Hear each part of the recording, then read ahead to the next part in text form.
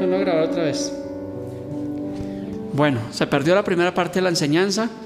Bueno, para los hermanos que nos ven, pueden ver el mensaje anterior y empatamos con lo que estamos viendo el día de hoy. Estamos viendo algunos errores doctrinales en los libros apócrifos para poder continuar con nuestra enseñanza y quitar la enseñanza del día de hoy. Entonces encontramos errores doctrinales en los libros apócrifos, como usar el hígado y el corazón del pescado, ¿para qué? Para ahuyentar los demonios. La hiel del pescado para sanar problemas de cataratas. Rituales mágicos de sanación, agüeros, objetos de superstición, creencia extraña a la fe religiosa y contraria a la razón. Fue lo que estudiamos hace 8 días. También encontramos allí en el libro de Tobit que los ángeles mienten o no tienen familia. Tobit 5:11, se lo repito de nuevo, dice: dime, amigo, le dijo Tobit, ¿de qué tribu y de qué familia eres? El ángel respondió: ¿qué necesidad tienes de saber mi tribu? Amigo, insistió Tobit, quiero saber realmente quién eres y cómo te llamas. Y el ángel respondió: yo soy Azarías, contestó, nieto de Ananías, el viejo israelita como tú.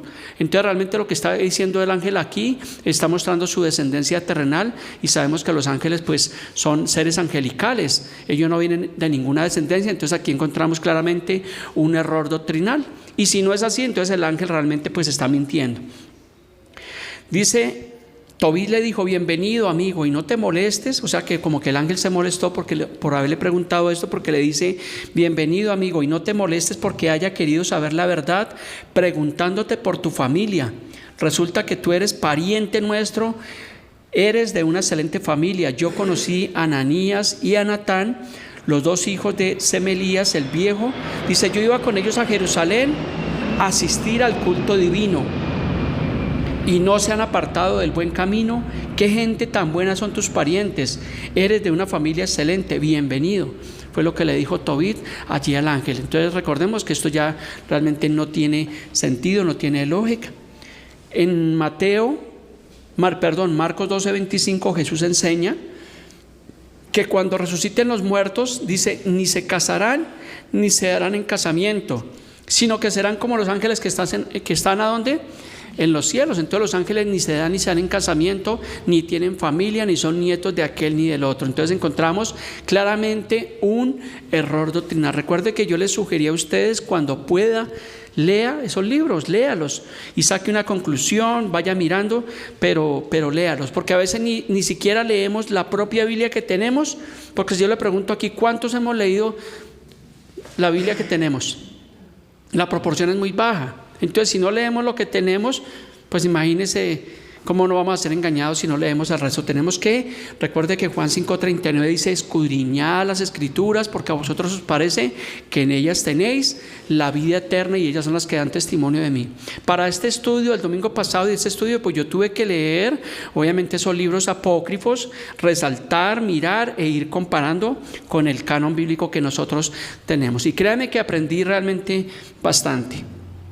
También estudiamos otro error doctrinal en esos libros apócrifos, es que las limosnas libran de la muerte. No los limones, las limosnas.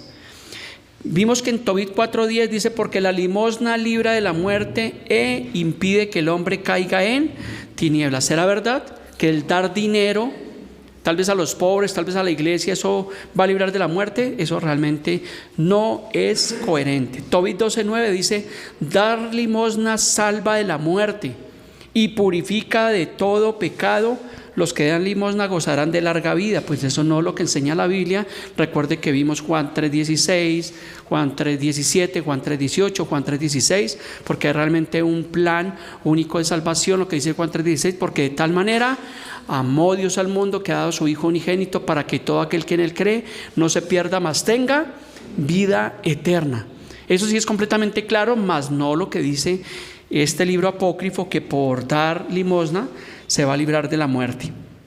Entonces también encontramos que la Biblia enseña que sin derramamiento de sangre no se hace remisión, y que la sangre de Jesucristo, su Hijo, nos limpia de todo pecado. Hebreos 9:22, un versículo que usted tiene que rayar en su Biblia, dice: y casi todo es purificado según la ley con sangre, dice, y sin derramamiento de sangre no se hace remisión de pecado. ¿A qué se refiere este sacrificio, este derramamiento de sangre? Al sacrificio único, completo y perfecto del Señor Jesús en la cruz. O sea que si una persona no viene a Cristo, el cual fue el que pagó el precio, el cual fue el que derramó su sangre preciosa, pues no va a obtener el perdón de los pecados. No hay otro camino, no hay otra verdad. Jesús lo dijo en Juan 14:6, que Él es el camino, la verdad y la vida. Y la Biblia es completamente clara. Primera de Juan 1:7 también nos dice: pero si andamos en la luz, dice, como Él está en la luz, tenemos comunión unos con otros. Y la sangre de Jesucristo, su Hijo, nos limpia de todo pecado. ¿Qué es lo único que nos limpia del pecado? La sangre de Jesucristo, no las limosnas que habla el libro de Tobit. Entonces ven realmente que hay que corroborar, hay que estudiar. Ahora sí tenemos argumentos, no para pelear con el católico, sino para explicarle en amor, con la misma Biblia que ellos tienen. Le podemos explicar, mire, ¿cómo podemos decir que el dar limosna te puede salvar de la muerte, te puede librar del pecado? Cuando realmente la Biblia dice, y es lógico y es coherente, que realmente la sangre del Señor Jesucristo es la única que nos limpia de todo pecado. No hay otra manera. Es el único detergente espiritual que hay, es la sangre de Cristo que nos limpia.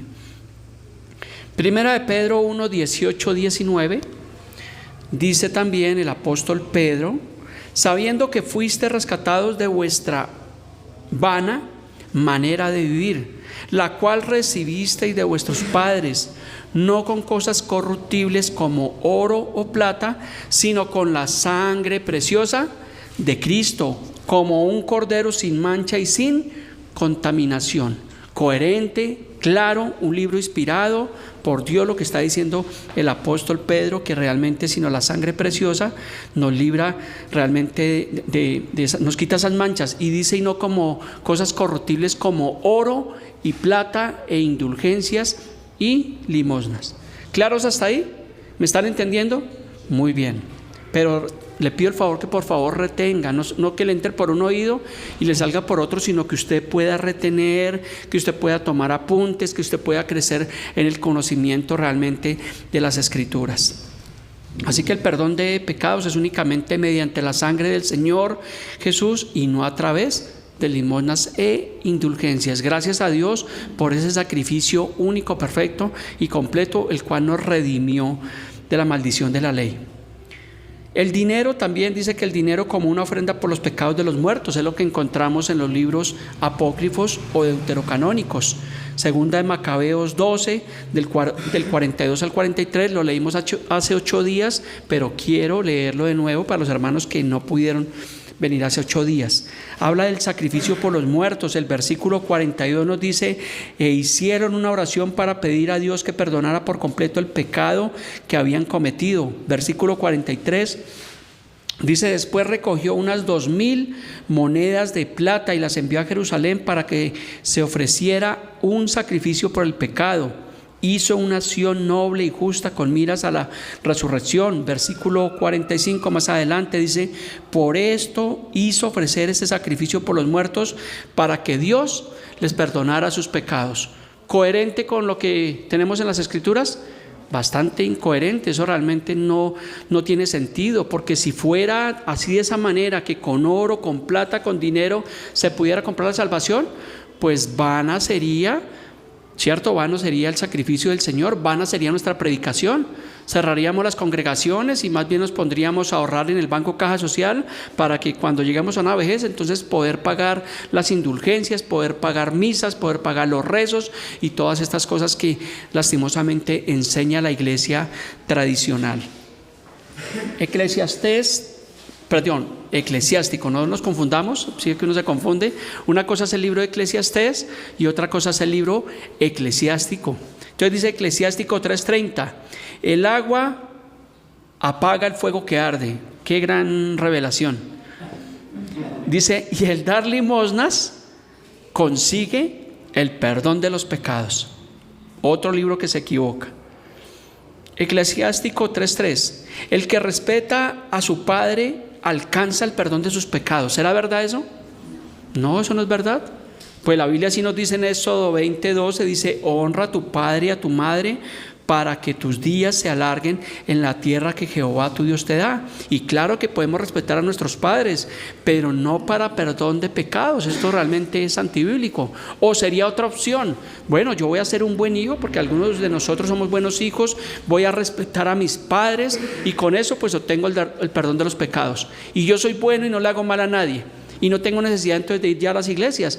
Y ahí puede encajar la historia del joven rico, ¿cierto? Porque el joven rico vino a Jesús: maestro bueno, ¿qué haré para heredar vida eterna? Jesús le dijo: ¿por qué me llamas bueno si solo hay uno bueno y es Dios el Padre? Y Jesús le preguntó: ¿has guardado todos los mandamientos? Y el joven, ¿qué dijo?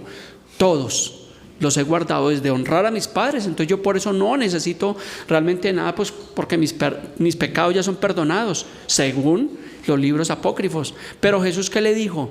Te falta una cosa: anda y vende todo lo que tienes y dáselo a los pobres y ven y sígueme. Entonces siempre nosotros, el ser humano, está carente de algo.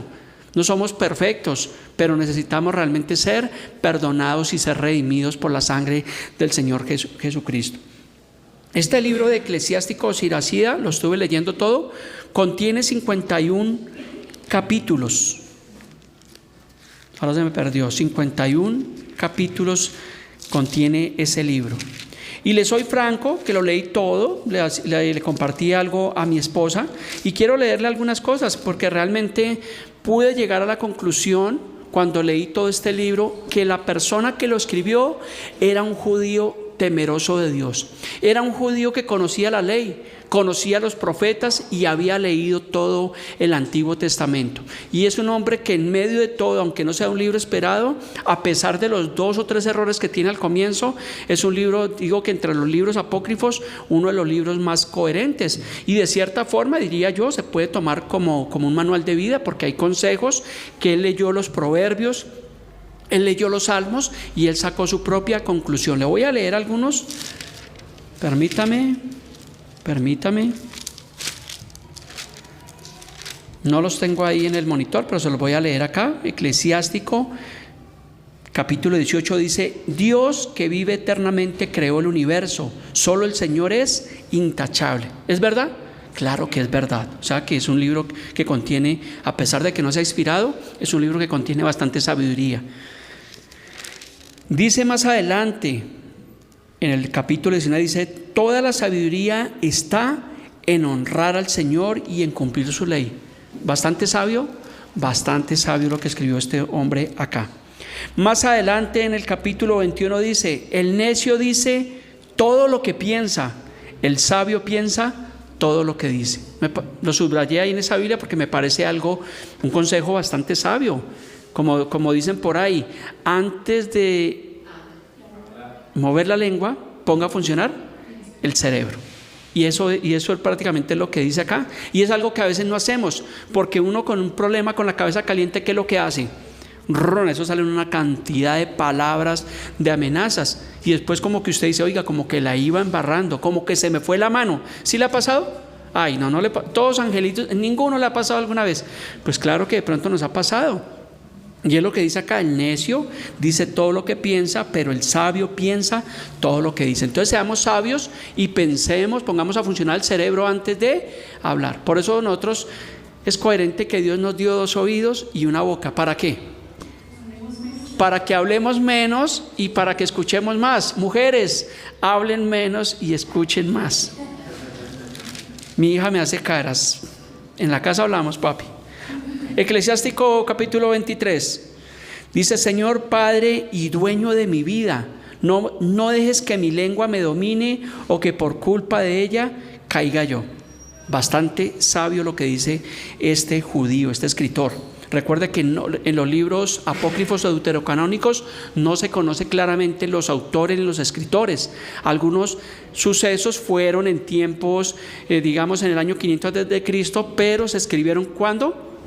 En el periodo intertestamentario o en el periodo de silencio fue que surgieron la mayoría de libros apócrifos o pseudo epígrafos, creo que es la palabra. Más adelante dice Eclesiástico 23, dice: Señor, Padre y Dios de mi vida, no permitas que yo sea altanero, y aparta de mí los malos deseos, que no me domine la guía o la pasión sexual, no me entregues a deseos vergonzosos. Es una oración que está haciendo este escritor, y es una oración coherente al resto de la palabra de Dios. Por eso le digo que podemos rescatar algo de esos libros. Sí podemos rescatar este libro de Eclesiástico, vuelvo y digo, a no ser por los 2 o 3 errores que tiene al comienzo. Déjeme citarle otros textos.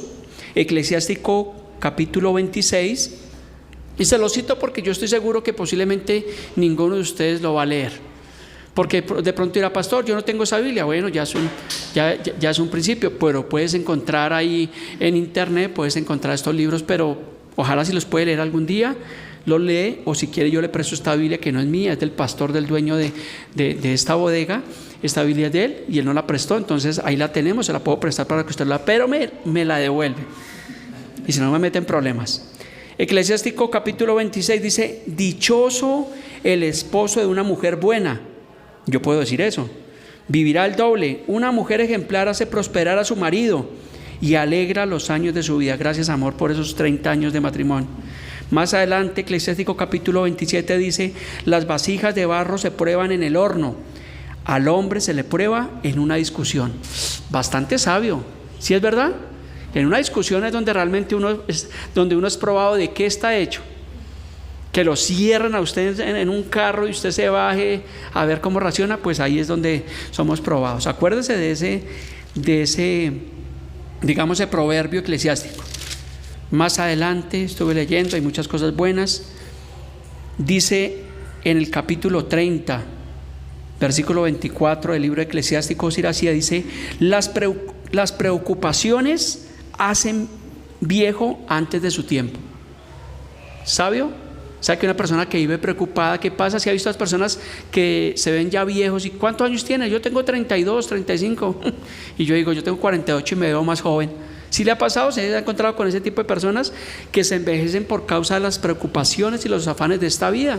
Y en Filipenses encontramos 4 que dice: por nada estéis afanosos, sino sean conocidas nuestras peticiones delante de Dios en toda oración y súplica. Entonces deje de preocuparse por el mañana, qué comeremos y qué vestiremos. Preocuparse, ¿qué es? Ocuparse antes de tiempo. Entonces hay personas que viven preocupadas, ocupadas todo el tiempo. Oiga, ¿cuándo nos tomamos un café? No, yo estoy más ocupado, eso no me queda tiempo, porque es una persona que está preocupada desde antes. Entonces dice, por eso dice el libro de Eclesiastés: cada día trae su afán. Entonces hagamos, obviamente, pues cada día, por más que nos afanemos, no podemos, como dicen, estirar el día. Miremos otros pensamientos, porque son pensamientos de este escritor. Dice: no te hagas el valiente cuando tomes vino, pues la bebida ha hecho caer a muchos. ¿Sí pasará? La mayoría de problemas que pasan es por causa del trago. Ahorita comenzamos una época decembrina donde las personas empiezan las fiestas, empiezan los compromisos, a eso le mezclan la bebida, y lamentablemente pues muchas personas, por causa de la irresponsabilidad y del trago, terminan metidos en problemas. Entonces, muy sabio lo que dice este pensamiento. Más adelante dice: la ociosidad trae muchos males. ¿Qué es el ocio? La pereza. ¿Sí conocen a las personas perezosas que se levantan a las 12? Bueno, está bien una persona que trasnochó, que está estudiando, que tiene un turno. Sí, porque mi hija a veces se levanta ahora, pero ella trasnocha por su estudio. No me mires así porque me está diciendo: uy, papi, pero ¿cómo? No, las personas que no hacen nada en el día, que no hacen nada y se levantan a las 11, 12, 1 del mediodía, y con pereza y con hambre y con sueño, y se rascan ahí el pantalón y siguen otra vez con la pereza. ¿Sí ha visto esa clase de personas? Uy, le da a uno como una pereza verlos. Mejor no los veamos. Más adelante dice: los que respetan al Señor vivirán. ¿Será verdad? ¿Será coherente? Claro, respetar al Señor, honrarlo. También dice: no dar al obrero su salario es quitarle la vida. La palabra dice que el obrero es fiel de su salario, es digno de su salario. Más adelante dice: Honra al Señor con generosidad. Dice, no seas tacaño cuando ofrezca los primeros frutos. Uy, está hablando a los tacaños, así que no sea tacaño, ni con el Señor ni con otras personas. Hay personas que no dan, pero ni siendo cierto. Y la Biblia dice que es mejor dar que recibir. Pero a veces experimentamos lo contrario, queremos que a toda hora nos estén dando. Pero pruebe de vez en cuando. Bendiga, honre a sus padres, honre a sus hijos, honre a una persona que tenga necesidad, que usted pueda honrarlo y bendecirlo, y créame que es mejor dar que recibir. A mí a veces se me va la mano, dice mi esposa, pero es mejor dar que recibir. Y alguien dirá, pastor, pero eso no es verdad porque usted no me ha invitado ni un cafecito. El que quiera cafecito, ahorita a la salida lo espero y lo invito a tomar un café. Continuemos, déjeme citarle otros pensamientos. Permítame. Bueno, él habla, el escritor dice, sálvanos Dios del universo, tú que eres el Dios del universo. O sea, el escritor está dando la gloria al Dios creador. Él es consciente que hubo un Dios que creó los cielos, que creó la tierra y que creó el universo. Es lo que nos dice realmente en nuestro canon bíblico, es coherente. Más adelante dice, pide consejo a uno que respete siempre a Dios. Bastante sabio. O sea, pídale consejo a una persona que respete a Dios. No le pida consejo a una tarbán, a un guache de eso, porque usted le va a pedir un consejo a un guache que no respeta ni a sus padres. ¿Qué cree que qué consejo le va a dar? Dime con quién andas y te diré quién eres. No es bíblico, pero es un pensamiento sabio. Permítame otros pensamientos. Dice, pues respeta al médico por sus servicios, pues también a él lo instituyó Dios. Dice, el médico recibe de Dios su ciencia. La Biblia nos dice que debemos someternos a todas las autoridades porque por Dios han sido dadas, han sido puestas. Entonces nosotros respetamos, obviamente, si yo vivo en un conjunto, al administrador, a los porteros. Yo no puedo llegar a ser grosero con los porteros, debemos ser amables. Si vamos a una EPS, pues ser, porque a veces queremos que nos atiendan de primeras, pues hay unas personas que tal vez ya llevan 1 o 2 horas ahí. Entonces cuando usted llega a una EPS y pregunte ¿cuánto lleva usted acá? 2 horas, entonces sepa que usted le va a tocar posiblemente esperar esas 2 horas. Y a veces nos disgustamos, nos molestamos y hablamos mal de la EPS y mal de todo el mundo. Dice, Dios hace que la tierra produzca sustancias medicinales. ¿Es verdad? Claro, porque si leemos el Génesis, nos dice la palabra que todo lo que Dios creó es bueno. Y si usted se ha dado cuenta, hoy en día la mayoría de comida que tenemos es comida procesada y es comida que le hace daño al cuerpo. Pero cuando comemos productos naturales del campo, pues realmente son bastante beneficiosos. Yo sufro de triglicéridos y de un problema de cosas, y fui al médico y me dieron la atorvastatina. Pero resulta que me puse a estudiar y esa atorvastatina tiene más cosas en contra que realmente que el beneficio. Le puede controlar los triglicéridos, le puede controlar algunas cosas, pero realmente es contraproducente. Y me puse a estudiar, y algo tan sencillo como las legumbres. Y cuando conocemos legumbres, usted dice las cosas verdes, no, las legumbres, dice un médico, son los granos que Dios nos dio, que la naturaleza nos da. Y es que el garbanzo, la lenteja, los frijoles son legumbres que ayudan a controlar los triglicéridos. Imagínense. Y dice que en la dieta debemos incluir nosotros semanalmente 2 o 3 porciones de esos granos. Pero no nos gusta. ¿Sí ve? Preferimos una hamburguesita que es procesada. Entonces son cosas que la Biblia nos dice que debemos nosotros, porque todo lo que el Señor creó es bueno. Más adelante dice, hijo mío, cuando estés enfermo no seas impaciente, pídele a Dios y Él te dará salud. Entonces cuando nos enfermamos, lo primero que hacemos es pedirle a Dios, orar por nuestra salud, y pues obviamente si tiene su EPS, pues vaya a la EPS, ármese de paciencia. Más adelante en el capítulo 38 dice, y él también se encomienda a Dios para poderle acertar en el diagnóstico, está hablando de los médicos, y aplicar los remedios eficaces. Así que un hombre peca contra su creador cuando se niega a que el médico lo trate. Imagínense, hay grupos religiosos, entre ellos los testigos de Jehová, que algunos no aceptan la ayuda médica. En un caso de un testigo de Jehová, si una persona tiene un accidente y necesita donación de sangre, ¿sabe qué prefieren? Morirse y no aceptar la ayuda de un médico. Y lo dice este libro apócrifo, dice que cuando alguien se niega a que el médico lo trate, está pecando realmente contra Dios, porque Dios de cierta forma le ha dado sabiduría a los médicos, a la medicina.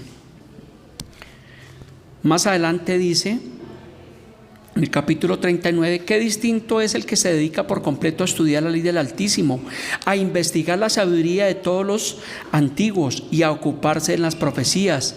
Busca el sentido oculto de los proverbios. ¿Sí ve que él menciona aquí los proverbios? O sea que este escritor era una persona, como le digo, que leyó la ley, leía los profetas y conocía de antemano los salmos y los proverbios. Y fue un hombre, pues realmente para mi punto de vista, o sea, yo saqué esta conclusión. Y cuando leí el prólogo del libro, dice casi lo mismo de lo que le estoy diciendo, porque la conclusión dice, no, es un hombre temeroso, un hombre sabio, conocía realmente la ley. Dice más adelante, permítame citarle otros pensamientos: peste, homicidios, fiebre, guerras, destrucción, ruina, hambres y muerte son los males creados para los malvados para terminar con ellos. Ay, ay, ay. ¿Sabe que una persona que hace lo malo está expuesto a recibir lo malo? Lamentablemente en nuestra ciudad, lamentablemente en nuestro país vemos cómo se ha incrementado la maldad, los hurtos, la violencia, pero son personas que han escogido un camino de muerte. Y en cualquier momento, si no se arrepienten de su mal proceder, terminan realmente en caminos de maldición. Dice más adelante, Eclesiástico 41, hablando de los castigos de los malos, dice: ay de ustedes, los hombres perversos que abandonan la ley del Altísimo. ¿Claro? Bastante claro. Más adelante dice el capítulo 43, con una orden suya incita al viento sur, al tempestuoso viento norte, al huracán y a la tormenta, hablando realmente del poder de Dios. Recuerde que cuando Jesús se encontraron los discípulos allí, que los cogió esa tempestad, Jesús, ¿qué hizo? Que calmó los vientos y los mares, y los discípulos se decían: ¿quién es este que aún los vientos y los mares le obedecen? Más adelante dice: no es necesario añadir más a lo que yo ya he dicho. En resumen, Dios lo es todo. Bastante sabio. Y en el capítulo 44 en adelante ya comienza este escritor, comienza a elogiar a los antepasados, comienza a hablar de Enoc, de Noé, de Abraham, de Isaac, de Jacob, comienza a hablar de Aarón, comienza a hablar de Fines, de Josué, de Caleb, comienza a hablar de los jueces, comienza a hablar de Samuel, de Natán, de David, de Salomón, de Elías, de Eliseo. Sigue hablando del rey Josías, del profeta Jeremías, del rey Ezequías, del profeta Isaías, del sumo sacerdote Simeón. Y él termina concluyendo, dice: estas son las sabias instrucciones y los oportunos proverbios que con inteligencia decía Jesús. No Jesús, el que conocemos, el Hijo de Dios, sino el hijo de Eleazar y nieto de Sira. Entonces realmente eso es prácticamente el resumen de ese libro. Le recomiendo que lo lea. Y déjeme concluir mi enseñanza más adelante. Entonces, el libro apócrifo de Macabeos, me devuelvo un poquito, segunda Macabeos 14:41. ¿Está aburrida la enseñanza? No, ¿sí estamos aprendiendo? Gracias al Señor. Mire que el libro de Macabeos, en el capítulo 14:41, da una aceptación del suicidio como algo honroso. Esto es antibíblico, la Biblia está en contra del suicidio.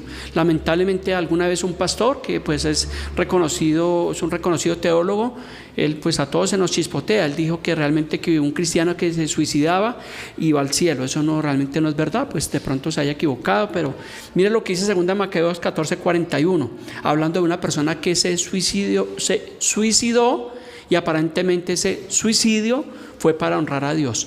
Dice: las tropas estaban ya a punto de tomar la torre donde se encontraba Rasis. Ese es el personaje que habla esta historia que decidió acabar con su vida. Ya miramos por qué. Dice: y trataban de forzar la puerta de afuera habiendo recibido órdenes de prender fuego y quemar las puertas, cuando Rasis, acosado por todas partes, dice, volvió su espada contra sí mismo. O sea, él se vio rodeado y ¿qué iba a hacer? Que se iba a suicidar. ¿Sí recuerdan quién hizo eso en el libro del Antiguo Testamento? El rey Saúl hizo lo mismo, se iba a echar sobre su espada. Segunda Macabeos 14:42, prefiriendo morir noblemente antes de caer en manos de aquellos criminales y sufrir injurias indignamente. Versículo 43 de este libro apócrifo dice, pero con la prisa de la lucha falló el golpe, o sea que no se pudo suicidar. Entonces, cuando las tropas ya entraban por las puertas, corrió animosamente hacia lo alto de la muralla. ¿Y qué hizo? Y valientemente se lanzó al vacío sobre la tropa. Rápidamente los soldados, cuando vieron que Rasis caía, ¿qué hicieron? Dice, se retiraron a cierta distancia y él cayó en el espacio libre. Y todavía respirando, o sea que no se mató del golpe, dice, todavía respirando, lleno de ardor, a pesar de estar gravemente herido, se levantó, bañado de sangre, pasó corriendo entre la tropa, se colocó sobre una alta roca y casi completamente desangrado, se arrancó las entrañas. ¿Usted se puede imaginar esto? Se arrancó las entrañas y tomándolas con las dos manos, como las películas, sacó su corazón y aquí está. Dice, tomándolo con las dos manos, las arrojó sobre la tropa, pidiendo al Señor de la vida que algún día se las devolviera. De este modo murió.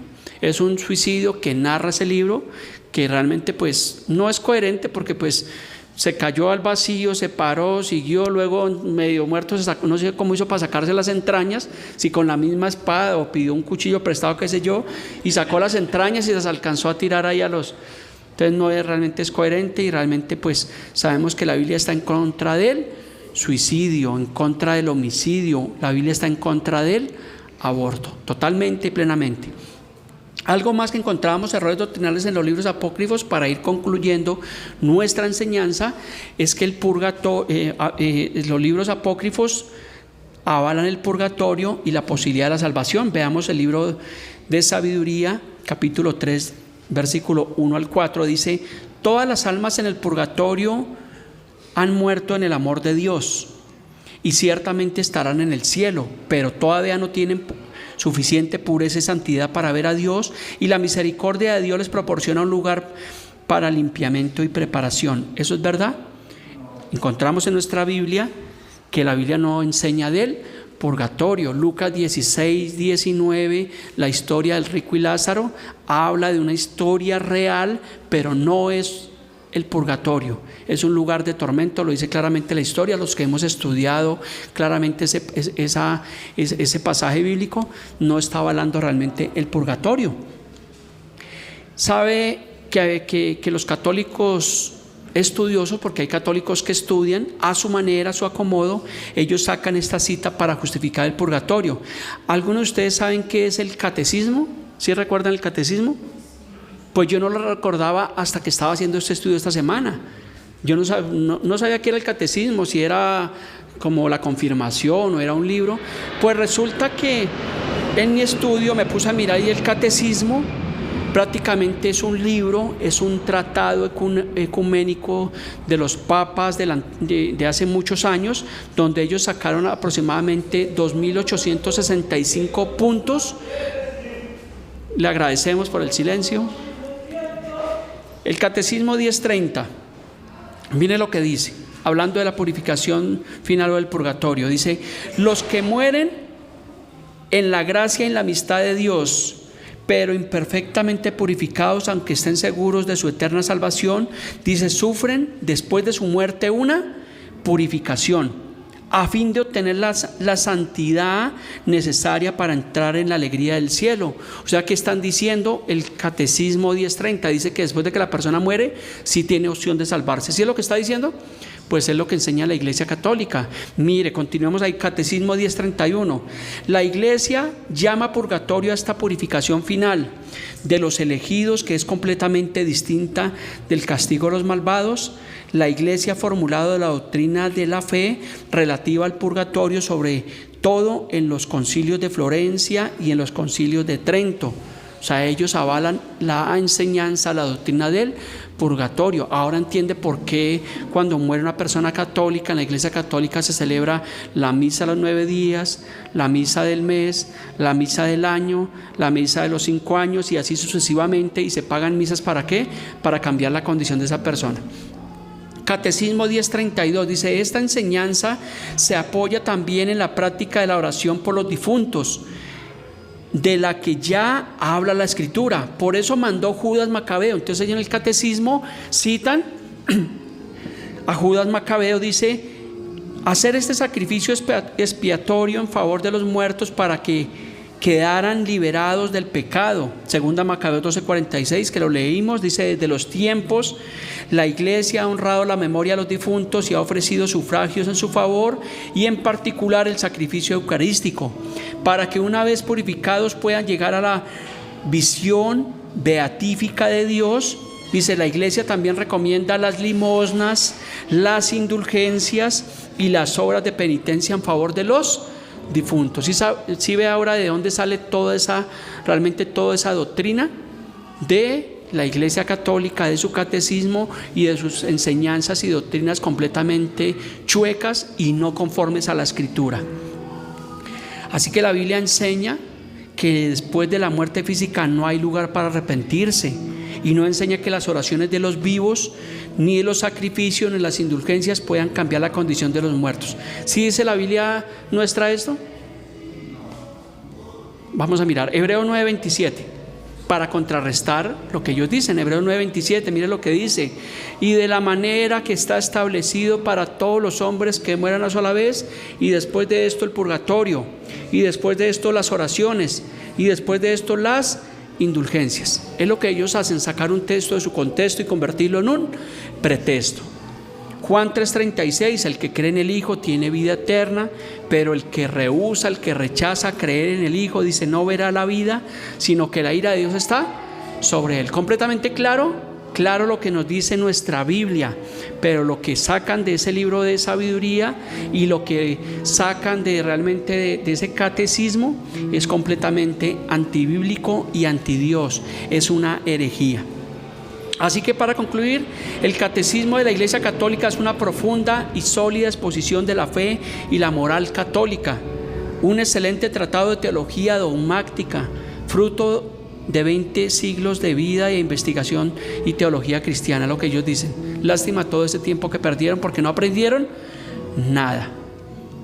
Los padres del sínodo, eso significa la asamblea religiosa de obispos, expresaron el deseo de que fuese redactado un catecismo o compendio de toda la doctrina católica, tanto sobre la fe como sobre la moral, y como le dije, el catecismo católico contiene 2.865 numerales. Eso es el catecismo, unos numerales, unos parágrafos donde ellos le dan, obviamente, tuercen la palabra, y obviamente es su confesión de fe. ¿Usted sabe qué es una confesión de fe? ¿Alguno sabe o ha escuchado qué es la confesión de fe? Es necesario que usted lo sepa. En 8 días, si el Señor lo permite, vamos a hablar de la confesión de fe que tenemos nosotros como iglesia. ¿Qué significa esto? Que las iglesias cristianas deben tener una confesión de fe. ¿En qué creemos y en qué se basa nuestra fe? Entonces, cuando una persona se va de la iglesia a otra iglesia, lo primero que debe decir es: ¿ustedes en qué creen? Me gusta la pareja de muchachos que venía de Ibagué. Ellos, cuando llegaron, pues no duraron mucho tiempo acá, porque la muchacha se fue para Polonia, pero lo primero, cuando ellos llegaron, ellos me preguntaron: ¿ustedes en qué creen? ¿En qué basan su fe? Porque ellos vienen de una iglesia bíblica, o sea, tienen una confesión de fe. Hay una confesión de fe bautista, que es la que nos hablaba el hermano Jaime, la Confesión de Fe Bautista de Londres de 1689, que es una confesión de fe bastante completa. Pero nosotros como iglesia tenemos una. En 8 días vamos a ver esa confesión de fe para que usted sepa en qué creemos y en qué estamos basando realmente nuestra fe. Así que vamos a culminar con esta última cita bíblica, segunda de Pedro 1:19 y 1:20, para concluir nuestra enseñanza del día de hoy de los libros apócrifos o deuterocanónicos. Yo espero y doy gracias al Señor por esta exposición. Yo espero que usted haya podido captar, haya podido retener, haya podido usted hacerse una imagen que usted tenga un concepto claro de los libros apócrifos y deuterocanónicos. Si algo se le olvidó, pues después me pregunta y lo miramos en un estudio bíblico. Y quiero culminar con esta cita bíblica que es muy importante. Dice también, 2 Pedro 1:19, también tenemos la palabra profética más segura. Aquí está la palabra profética más segura. No es el catecismo, no son los libros apócrifos, no son los libros pseudoepígrafos, ni ningún otro libro. Es la Biblia, es la palabra de Dios completica, el canon bíblico que el Señor nos ha permitido tener el día de hoy. Dice que tenemos la palabra profética más segura, a la cual hacemos bien en estar atentos como una antorcha que alumbra en lugar oscuro hasta que el día esclarezca y el lucero de la mañana salga en nuestros corazones. Versículo 20 dice, entendiendo primero esto, que ninguna profecía de la Escritura es de interpretación privada. Entonces, ¿qué tenemos nosotros ahora? Después de tantas traducciones, después del hebreo al griego, al arameo, al inglés, al español, hoy en día, y gracias al Señor, 2000 años después, tenemos la palabra profética más segura y está completa, no le faltó absolutamente nada, no tuvimos necesidad de quitarle. Y hicimos un estudio durante estos 2 domingos, cogiendo el canon católico y el canon realmente bíblico, el que es inspirado por Dios, y algunos libros que incluyeron que no fueron inspirados por Dios, que son de historiadores, y como lo vimos, podemos rescatar algunas cosas, pero nos conformamos con lo que ya tenemos. Así que, mi amado, póngase sobre sus pies. Vamos a terminar en oración de agradecimiento a nuestro Dios. Padre precioso, Dios, te damos gracias por esta mañana, Señor.